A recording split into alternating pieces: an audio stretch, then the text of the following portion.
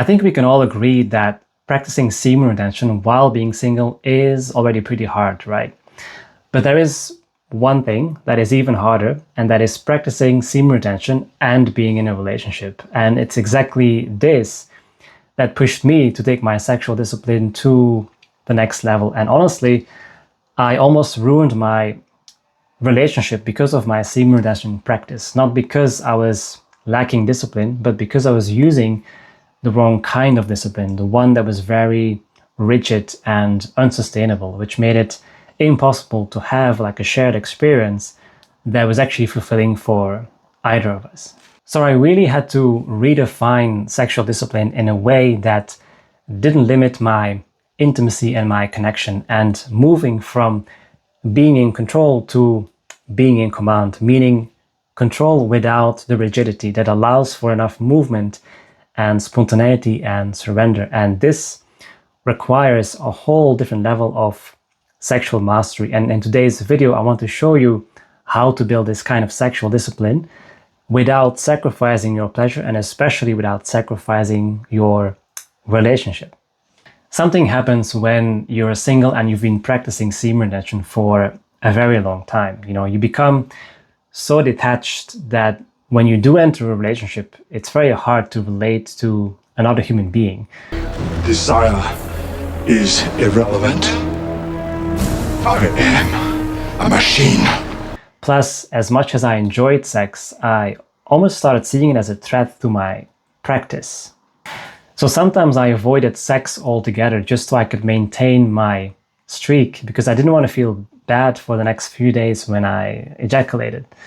And before, when I was single, I could just cut myself off from all the distractions, and be in my own little controlled environment. But now in a relationship, I actually had to engage with my sexual energy in a way that, like, without getting lost in it. And that's a whole different ball game. You see, there's a difference between celibacy and mastery. In celibacy, you can just disengage, right? It's not easy, but it's doable.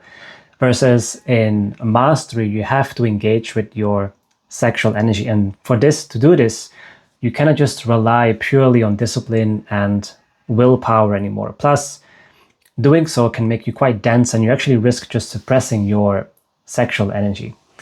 Luckily, a woman's touch can do wonders. And so eventually, thanks to her, I was able to relax more, and I was able to learn how to manage my sexual energy in a different way, not through more control, but through more connection. And the more connected I became to my body, the more I was in control, but in a different way than previously. Previously, it was more about controlling through disconnection, and now I learned about control through more connection.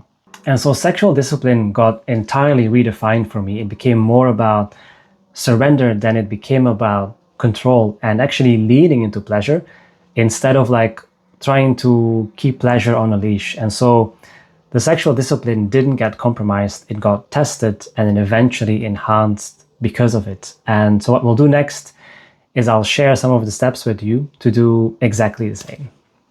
First of all, control starts in the mind but ends in the body. And I'll explain what I mean in a moment. But the decision not to ejaculate has to be made before sex. And once that is made, it has to become a non-negotiable, because during sex, your mind becomes so irrational that if you re-engage with whether you should or shouldn't ejaculate, you will just succumb to your primal instincts. And so if you struggle with sexual discipline, the chances are high that you're also somebody who gets stuck in his head during sex, because it's the wrong place to operate from. Secondly, you can train your mind and nervous system to learn that pleasure doesn't always has to lead to orgasm.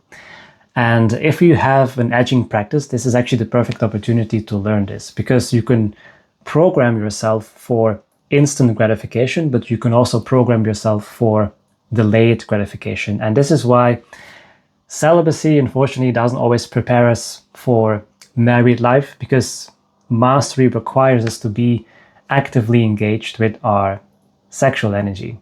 Now, I do understand that masturbation and self-pleasure may not be the way to go about this for you, because especially if you have still addictive and compulsive behaviors around sex. And I've openly discussed even the negative side effects of habitual masturbation in previous videos. That said, you can still practice this delayed gratification with your partner as well. It's just going to take a lot of patience, especially from her side.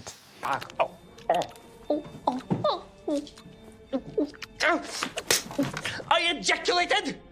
What part of non-erotic cock massage don't you understand? But still, like, you can even do this practice outside of the sexual context by creating pattern interrupts in your day-to-day life. For example, through fasting from food, through intermittent fasting, or maybe fasting like once a week, or fasting from like excessive information. You know, there's a direct correlation between your phone addiction and seeking that same instant gratification in sex as well. So now both of these practices are things you do before sex.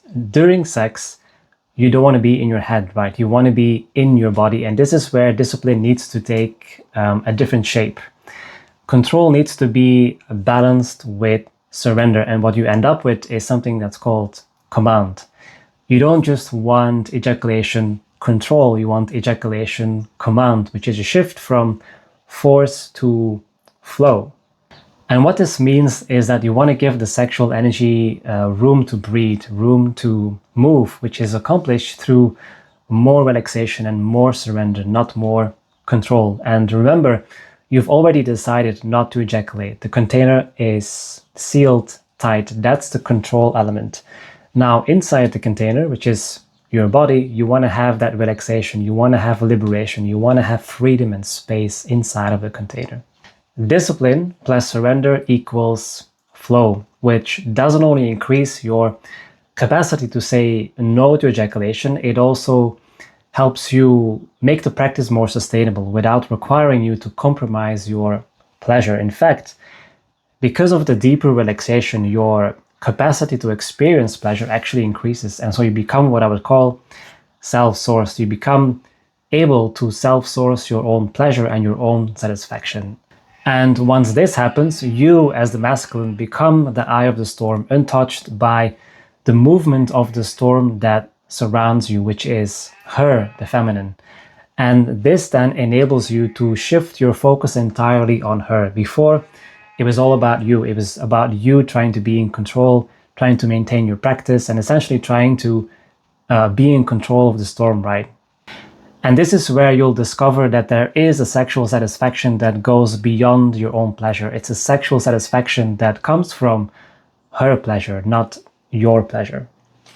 Now, of course, all of this only works if your woman is not a semen demon. And so it's important to communicate to her where you're actually leading her and making sure that she's on board with all of this, right? And that's so you don't start perceiving her as an obstacle. Women have their own attachments, right? And so sometimes you not ejaculating is going to trigger a bit of a healing process for them around this. You know, your practice probably feels unnatural for them, right? But that's the thing, semen retention isn't natural, it's supernatural. And you can tell her that next time she complains about it. Oh. And supernatural sex requires supernatural discipline. Natural discipline is you going against nature. Supernatural discipline is you moving with nature. And this is the shift from what we said before of being in control versus being in command. Kind of like steering a ship. You want to manage what you can control, which is the ship, and you want to surrender to what you can't control, which is the ocean. That said, I'm not an extremist, at least not anymore.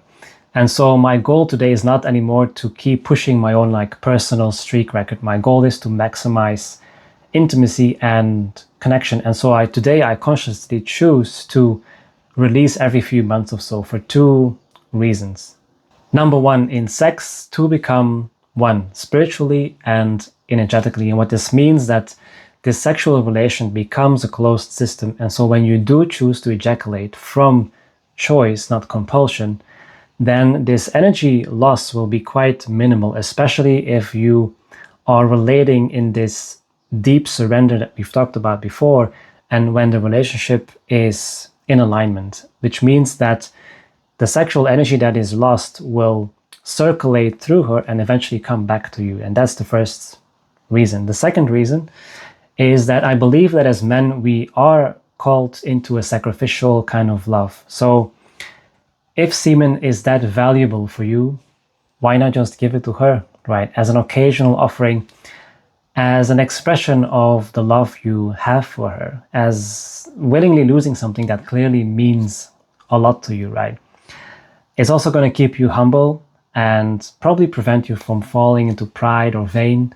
And so instead of diamond rings, you can say, hey, look, this is my semen that I have been curating for the last 2 years into liquid gold. I'm sure she's going to love it, guaranteed. Guys, thanks for watching. If you need extra help with any of this, the link is down below this video. But in any case, I will see you again next week.